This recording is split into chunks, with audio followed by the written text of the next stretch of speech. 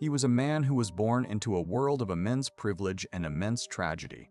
A man who was a child prodigy. A man who was a rock star.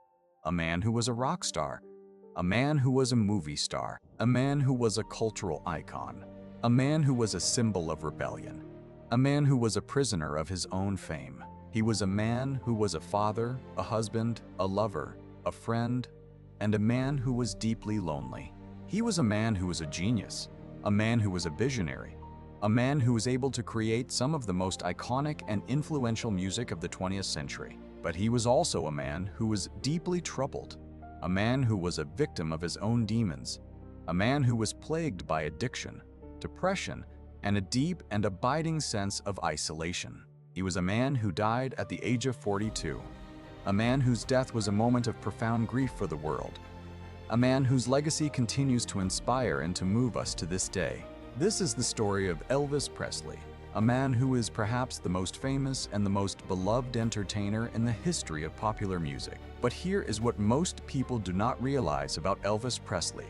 The man who is remembered as the king of rock and roll, the man who is celebrated as a symbol of youth rebellion and the American dream, was also a man who was deeply conflicted, a man who was a product of his time, a man who was shaped by the contradictions of his own personality, a man who was a victim of his own success, a man who was a prisoner of his own fame, a man who was not just a performer, but a man who was a symbol of the hopes and the dreams of a generation. To understand Elvis Presley, you have to go back to the beginning, to the sweltering heat and the poverty of Tupelo, Mississippi, where he was born on January 8, 1935, into a world of deep poverty and immense struggle. He was the son of Vernon Presley, a man who was often unemployed and who spent time in prison for forgery, and Gladys Presley, a woman of immense love and devotion, a woman who was the anchor of his life. He was born in a two-room house that was built by his father, a house that was so small that it was little more than a shack. He was a boy who was born into a world of hardship, a boy who was surrounded by poverty, a boy who was deeply attached to his mother. He was a boy who was a twin, but his twin brother, Jesse Garon, was stillborn. He was a boy who was deeply affected by the loss of his brother, a boy who was determined to live life for both of them. He was a boy who was deeply religious, a boy who was raised in the Pentecostal church, a boy who was deeply influenced by the gospel music that he heard in the church. He was a boy who was also deeply influenced by the blues and the country music that he heard on the radio. He was a boy who was a sponge, a boy who was absorbing the musical traditions of his time. In 1948, when he was 13 years old, the Presley family moved to Memphis, Tennessee, a city that was a center of the music industry. It was a turning point in his life. Memphis was a city that was alive with music, a city that was a melting pot of blues, country, and gospel. He was a young man who was deeply influenced by the music of the city. He was a young man who was also deeply influenced by the culture of the city, a city that was a center of the civil rights movement, a city that was on the cutting edge of social change. He was a young man who was searching for his own voice, a young man who was determined to make his mark on the world. In 1954, he walked into Sun Studios, a small recording studio that was run by Sam Phillips, a man who was a visionary, a man who was determined to find a new sound. Elvis recorded a song called "That's All Right," a song that was a fusion of blues, country, and gospel. It was a sound that was new, a sound that was exciting, a sound that was uniquely American. The song was a hit, and Elvis Presley was launched on a career that would change the course of music. He was a young man who was a phenomenon, a young man who was a star. He was a man who was the embodiment of the American dream, a man who had risen from poverty to become a cultural icon. His rise to fame was meteoric. He was a man who was constantly on the road, a man who was performing, recording, and appearing in films. He was a man who was a cultural phenomenon, a man who was influencing the fashion, the music, and the attitudes of a generation. He was a man who was the symbol of the new generation, a man who was the embodiment of rebellion. He was a man who was changing the world. But his success was also a burden. He was a man who was constantly under pressure, a man who was constantly in the spotlight, a man who was never allowed to be himself. He was a man who was a prisoner of his own fame. He was a man who was deeply insecure, a man who was deeply lonely, a man who was searching for something that he could never find. He was a man who was a victim of his own success. His personal life was a series of contradictions. He was a man who was deeply devoted to his mother, a man who was deeply affected by her death in 1958. He was a man who was a deeply spiritual person, a man who was a devout believer in God. But he was also a man who was deeply troubled, a man who was plagued by addiction, a man who was a victim of his own appetites. He was a man who was a symbol of rebellion, but he was also a man who was a patriotic conservative. He was a man who was a cultural icon, but he was also a man who was deeply conventional.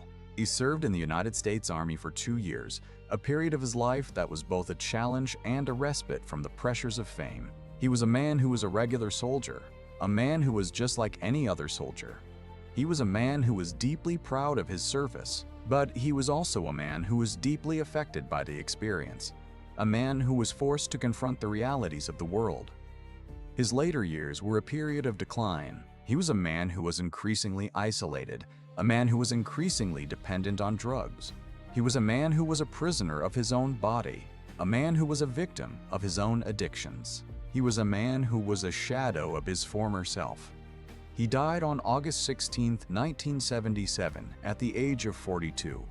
He was found dead in his bathroom at Graceland, his mansion in Memphis. His death was a moment of profound grief for the world, a moment that shocked and saddened millions. He was a man who had achieved everything, but who had also lost everything. The legacy of Elvis Presley is one of the most profound in human history. He is remembered as the king of rock and roll, a man who changed the course of popular music. He has been honored with statues, monuments, and museums around the world. He is a man who is considered one of the most influential figures in the history of music. His music continues to be performed and recorded, and it continues to inspire and to move audiences around the world. But his legacy is also a story of tragedy and loss. He was a man who was a genius, but he was also a man who was deeply flawed. He was a man who was a visionary, but he was also a man who was a victim of his own success. He was a man who was not just an entertainer. He was a man who was a symbol, a man whose story is a reflection of the power and the tragedy of the American dream. Why should someone born today still care about Elvis Presley? Because his life is a testament to the power of the human spirit and the importance of perseverance. He was a man who was born into a world of poverty, a man who was a victim of his own circumstances, a man who was able to overcome every obstacle to achieve greatness. He showed us that the most important thing is not the obstacles we face, but the way we respond to them. He showed us that the pursuit of excellence is a noble endeavor, and that it is never too late to change the world. He was a man who believed in the power of the human imagination, and he was a man who was not afraid to dream. He was a man who changed the world, and his story will continue to inspire generations to come. He was a man who once said, "I don't sing like nobody else." He was a man who was a true original, a man who was not afraid to be different, a man who was not afraid to be himself. He was a man who taught us that the most important thing is not the success we achieve, but the difference we make in the world. He was a man who showed us that the pursuit of excellence is a noble endeavor, and that it is never too late to change the world. He was a man who was not just an entertainer. He was a man who was a poet, a philosopher, a visionary, and a legend. He was a man whose story will continue to inspire generations to come. He was a man who taught us that the most important thing is not the obstacles we face, but the way we respond to them. He was a man who showed us that even in the darkest hour, hope is possible, and that the human spirit is indomitable. He was a man who changed the world, and he will never be forgotten. He was a man who showed us that the most important thing is not the success we achieve, but the difference we make in the world. He was a man who showed us that the pursuit of excellence is a noble endeavor, and that it is never too late to change the world. He was a man who was not just a hero. He was a man who was a legend, a man whose story will continue to inspire generations to come. He was a man who taught us that the most important thing is not the obstacles we face, but the way we respond to them. He was a man who showed us that even in the darkest hour, hope is possible and that the human spirit is indomitable. He was a man who changed the world, and he will never be forgotten.